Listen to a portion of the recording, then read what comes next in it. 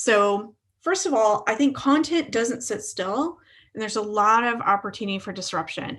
I think of content as being this like living, breathing thing that's always evolving. Like I even think about like the Sparkpost blog.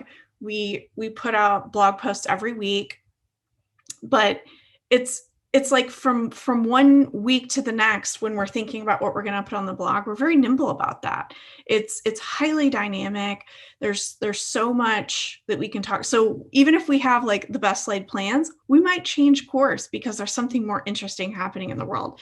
And I love that about content. It's this thing that's like fluid and ever evolving, but it also kind of keeps us on our toes because we have to constantly be talking about the things that are most interesting. But in that, we have so much opportunity. And so I just wanted to start by saying that I'm pretty excited about that.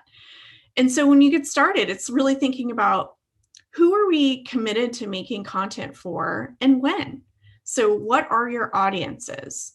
And notice I say audiences, plural, because chances are you have multiple types of audiences, and thinking about those audiences and what they mean to you, and then getting laser focused on like what are their problems, their motivations, their intent, and then kind of bringing those two things together by developing content based on the audience's intent. And then what is the timing of content? And I think time is the currency of content. The time and the distribution together is the currency. It's really what makes it valuable. If you don't have that last step, you are really missing an opportunity. You're basically launching content into a graveyard. So basically you want to move away from single asset content and basically create like the full look through the full view of what you're trying to get, what you're trying to deliver to that particular audience at that time. I, for a long time, was thinking about things as single assets, like, oh, we got to do this guide and we got to do this white paper and we got to get this, newsletter out.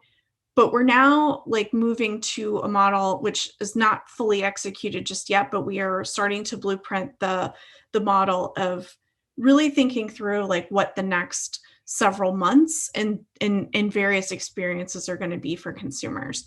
So this is a really crazy slide, but this is kind of how I'm lining it up for my team. And it gets a lot more in the minutia than this, but I was like, I don't know, you guys probably don't want to go down that rabbit hole. But creating a vision for like what we're trying to achieve as a marketing team, what's our strategy, and at the very beginning of putting this together, we're going to drive value at every stage of the funnel.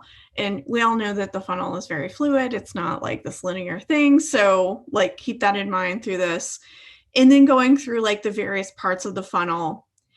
This is where it gets super detailed, even though it doesn't look very detailed, but we're taking segment and persona-based tactics and messaging, and we're like thinking through how that applies to each part of the funnel. And then we're also looking at it from like, what do we want on our side as a business? Do we want like, obviously for awareness, like the kind of the trigger point for being able to communicate with them via first party data is the ground zero of that is their email address. So, what are all the things that we're going to do to try to move these people down the funnel? But we really started to look at it more like, instead of like awareness, thinking of it from the consumer's perspective. And the whole journey that we're blueprinting is set up in this kind of style. So it's like, this looks interesting. Instead of awareness, like even just teeing it up as like the consumer sees something that you've put out there and they're like, this is interesting. You might have seen the ad for Newsletter Fest, and that might be why you're here. You're like, this looks interesting. And then you decided to give your information to sign up. And maybe you wanted to know more about it and you were getting, great content about here's the agenda, here's what's coming. But it's really getting into the minutia and really looking at the different parts of the funnel and your business outcomes that you're looking for. And what are the ways that you're going to reach your consumers with your content. This obviously spans broader than just thinking about traditional content marketing. It's also your promotions and things like that.